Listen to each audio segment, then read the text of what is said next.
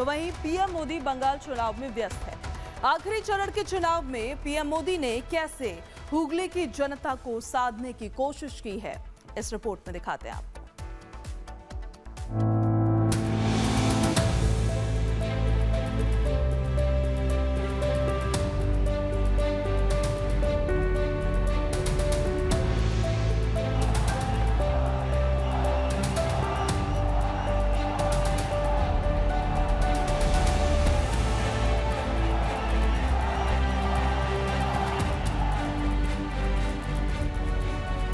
पश्चिम बंगाल में आखिरी चरणों का चुनावी शोर चरम पर है। दिग्गजों ने पूरी ताकत झोंक दी है। इसी बीच प्रधानमंत्री नरेंद्र मोदी की हुगली से आई इन तस्वीरों ने सबका ध्यान खींचा, जहां वो गंगा की लहरों पर नाव का आनंद लेते नजर आए। लेकिन ये सिर्फ एक सैर नहीं, बल्कि बंगाल के मन को टटोलने की एक गहरी कोशिश है।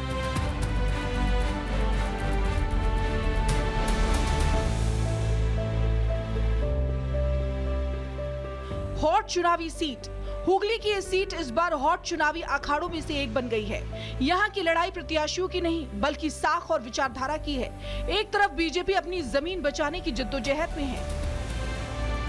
पीएम मोदी ने हुगली के इस वाटर फ्रंट से अपना एजेंडा क्लियर कर दिया है कि विकास और सांस्कृतिक विरासत से छेड़छाड़ नहीं चलेगी, इसे जोड़कर चलना होगा। मोदी की मौजूदगी ने यहाँ के कार्यकर्ताओं में नई जान फूंक दी है, जिससे अंतिम चरणों का मुकाबला और भी दिलचस्प हो गया है।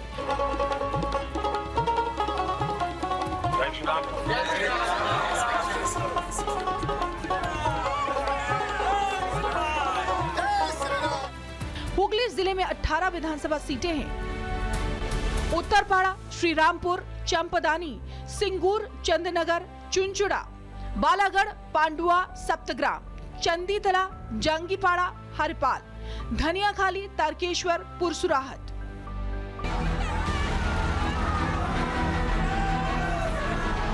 इन सब जगहों पर बीजेपी जोर आजमाइश कर रही है और वो किसी भी कीमत पर यहाँ टीएमसी को नहीं आने देना चाहती। यहाँ ग्राउंड पर जाकर पीएम खुद इनकी परेशानियों को खत्म करने का भरोसा दिला रहे हैं। पीएम का कहना है कि बंगाल का विकास आधुनिक सोच वाली बीजेपी ही कर सकती है। काम आधुनिक सोच वाली बीजेपी ही कर सकती है।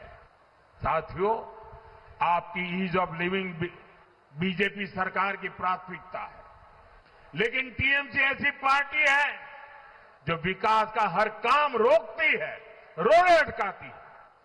यहां कोलकाता मेट्रो का काम, जो सॉल्ट लेक जैसे बड़े आईटी हब को सीधी कनेक्टिविटी देने वाला है, वो टीएमसी के कारण अटका पड़ा है। टीएमसी इस मेट्रो रूट से जुड़े एक प्रोजेक्ट के एनओसी पिछले 1 साल से अटकाए हुए हैं। जब तक टीएमसी यहां रहेगी, कोलकाता में ट्रैफिक की कुव्यवस्था कभी नहीं सुधर पाएगी। पीएम यही नहीं रुके, उन्होंने जनता से वायदा किया कि अगर बंगाल में बीजेपी सरकार बनेगी तो उसके लिए मध्यम वर्ग का हित सर्वोपरि होगा। बंगाल में बीजेपी सरकार बनेगी तो उसके लिए यहां के मिडिल क्लास का हित भी सर्वोपरि होगा। मिडिल क्लास सुबह से रात तक मेहनत करता है, बच्चों के सपनों के लिए बचत करता है, हर महीने ईमानदारी से टैक्स भरता है। मिडिल क्लास का जीवन आसान बने, इसके लिए बीते 11 वर्षों में केंद्र सरकार ने अनेक निर्णय लिए हैं। तो बीजेपी ने अपना पासा फेंक दिया है और पहले चरण में 110 सीट पर जीत का दावा कर दिया है।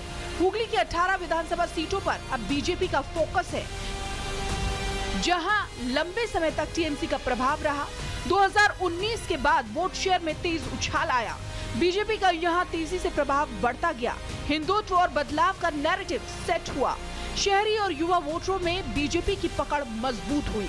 मजदूर, ग्रामीण किसान, शहरी मध्यम वर्ग, महिला वोटर, बीजेपी इन सबको टारगेट कर रही है। कुल मिलाकर बीजेपी ने बंगाल में बदलाव का नैरेटिव सेट कर दिया है। अब देखने वाली बात होगी 4 मई को जनता क्या फैसला लेती है। Bureau report, Republic Bharat. Paschim Bengal की सत्ता का रास्ता किन किन गलियों से होकर गुजरेगा, इसकी धुंधली झलक पहले चरण के मतदान में दिख गई है।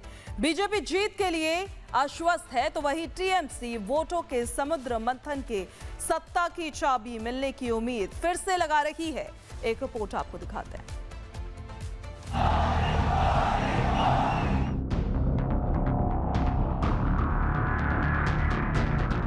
बीजेपी के पक्ष में जो समर्थन दिखा है, उसने बीजेपी की विजय का शंखनाद कर दिया है।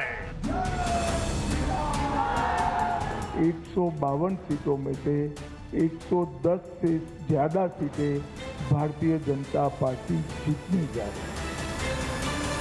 पश्चिम बंगाल में पहले ही फेज के बाद बीजेपी बम्पर जीत के लिए आश्वस्त है।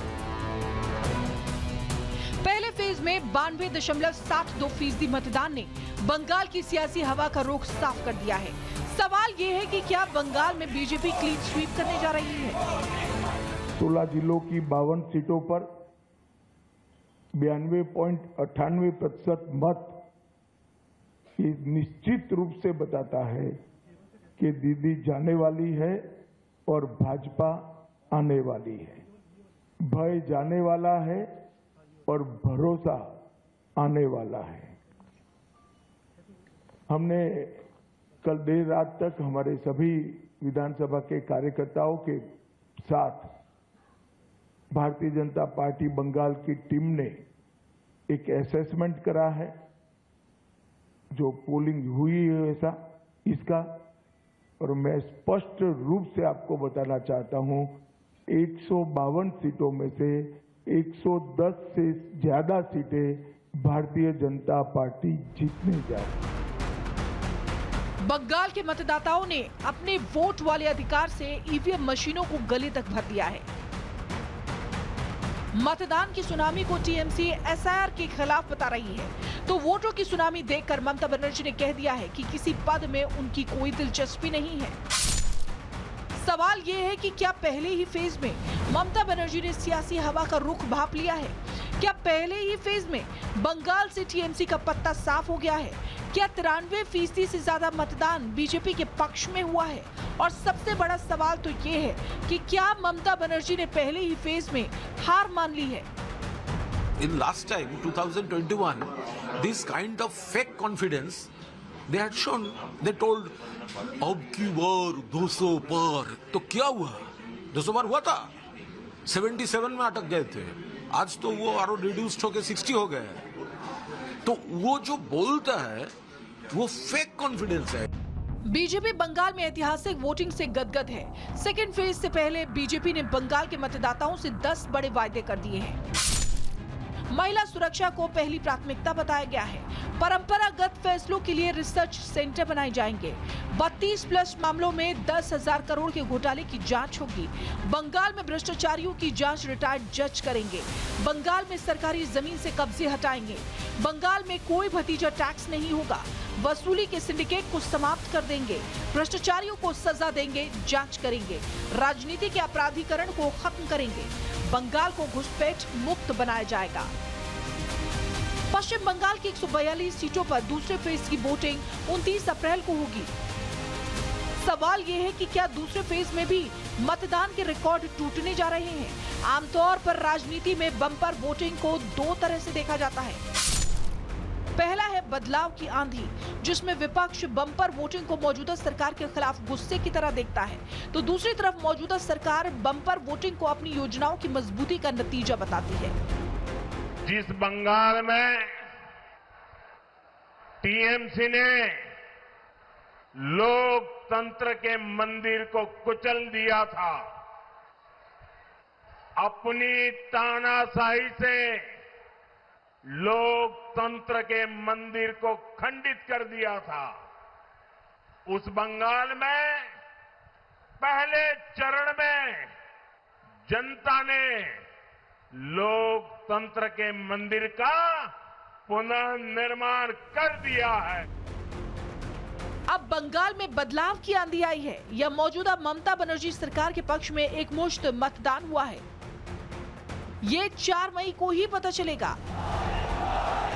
लेकिन आज सुबह प्रधानमंत्री नरेंद्र मोदी ने हुगली के तट पर बोट में यात्रा कर अपने हाथों में लिए कैमरे से पश्चिम बंगाल के भविष्य की तस्वीर कुछ क्लियर जरूर कर दी है। Bureau report, Republic Bharat.